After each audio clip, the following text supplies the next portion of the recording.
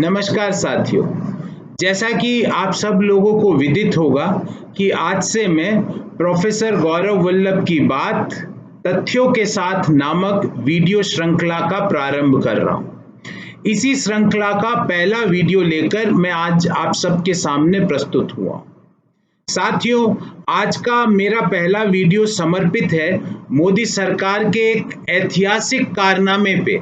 उन्होंने एक कारनामा कर दिखाया जो आजाद हिंदुस्तान में कोई नहीं कर पाया। उन्होंने डीजल के दाम पेट्रोल के दाम से आगे पहुंचा दिए। तो कल भी मैंने इस बारे में एक ट्वीट किया था और लिखा था, पहले बातें करते थे कि रुपये को डॉलर के बराबर पहुंचाएंगे और पहुंचा दिया डीजल को पेट्रोल के बराबर, और आज तो डीजल को पेट्रोल के आगे करवा दिया।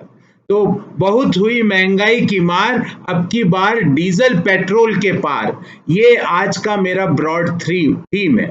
साथियों, मैं अपने सवाल पूछूं, सरकार से अपने जवाब मांगूं, उससे पहले मैं चाहता हूं कि आप सब लोग ये चीज समझें कि पेट्रोल की प्राइसेस, पेट्रोल की कीमत आखिर निर्धारित कैसे होती है। वो कौन कौन से घटक हैं जो पेट्रोल और डीजल की प्रति लीटर कीमत को निर्धारित करते हैं। केंद्र सरकार के कौन से घटक है, राज्य सरकार के कौन से घटक है। साथियों, भारत पेट्रोल को इंपोर्ट करता है और हम जिस ऑयल को इंपोर्ट करते हैं उसको ब्रेंट क्रूड कहते हैं। आज लगभग ब्रेंट क्रूड के दाम $42 प्रति बैरल है और एक बैरल में 159 लीटर्स होते हैं।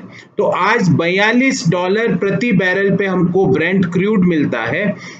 अगर हम आज की एक्सचेंज रेट, जो कि $1 लगभग 75 रुपए से ज्यादा का है, वो अगर इस $42 से गुना कर दें तो हमको प्रति बैरल लगभग 3,200 रुपये का क्रूड कच्चा तेल बाहर के देशों से मिलता है।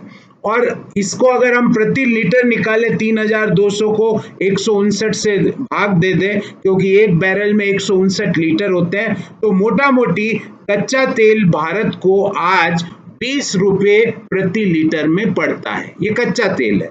अब इस कच्चे तेल को हमारी रिफाइनरीज प्रोसेस करती है, वो अपना उसमें प्रॉफिट जोड़ती है, उनकी डिस्ट्रीब्यूशन की कॉस्ट होती है। वो अगर हम सब इसमें 20 रुपए में जोड़ दें तो एक अनुमान के मुताबिक दिल्ली में पेट्रोल की कीमत 24 रुपये 62 पैसे प्रति लीटर और डीजल की कीमत 26 रुपये 4 पैसे प्रति लीटर के आसपास पड़ेगी। इसके अंदर अब केंद्र सरकार अपनी एक्साइज ड्यूटी लगाती है, जो आज पेट्रोल पर प्रति लीटर 32.98 रुपये, लगभग 33 रुपये हम कह सकते हैं, और डीजल पर 31.83 रुपये प्रति लीटर है, जिसको हम लगभग 32 रुपये। तो पेट्रोल पर केंद्र सरकार 33 रुपये की एक्साइज ड्यूटी प्रति लीटर लेती है और डीजल पर प्रति लीटर एक्साइज ड्यूटी 32 रुपये के आसपास होती है।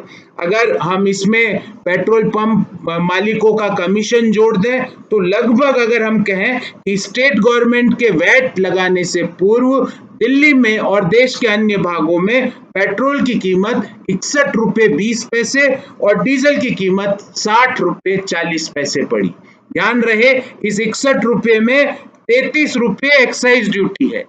जो 60 रुपये 40 पैसे डीजल की कीमत है, उसके अंदर 32 रुपये एक्साइज ड्यूटी है जो केंद्र सरकार लगाती है। कच्चे तेल की कॉस्ट मात्र 20 रुपये प्रति लीटर पड़ रही है, पर इसको इन्होंने, केंद्र सरकार ने एक्साइज ड्यूटी लगाकर अब कीमत कर दी 61 रुपये 20 पैसे और 60 रुपये 40 पैसे प्रति लीटर पेट्रोल और डीजल की। इसके ऊपर राज्य सरकारें अपना वैट लगाती है। दिल्ली आज 30% वैट लगा दी है पेट्रोल और डीजल पर। तो अगर हम 61 रुपये 20 पैसे प्रति लीटर जो वैट के पहले की कॉस्ट है पेट्रोल की, उस पे वैट लगाएं तो 18 रुपये 36 पैसे प्रति लीटर दिल्ली सरकार टैक्स लगाती है पेट्रोल पर और 18 रुपये 45 पैसे प्रति लीटर दिल्ली सरकार टैक्स लगाती है डीजल पर।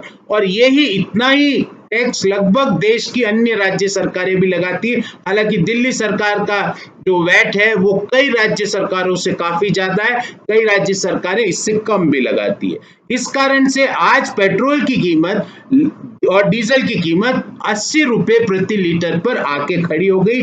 अगर मैं प्रिसाइसली बोलूं तो दिल्ली में आज पेट्रोल की कीमत जो थी वो 79 रुपए कुछ पैसा थी और डीजल की कीमत भी 79 रुपए कुछ पैसा थी, पर दोनों के डिफरेंस 12 पैसे प्रति लीटर का डिफरेंस था। अब ये तो हो गई इनकी प्राइसिंग। अब मेरे इस संदर्भ में इस प्राइसिंग को समझाने का मकसद ये था कि मैं आप सब लोगों के माध्यम से केंद्र सरकार से 3 सवाल पूछना चाहता हूं।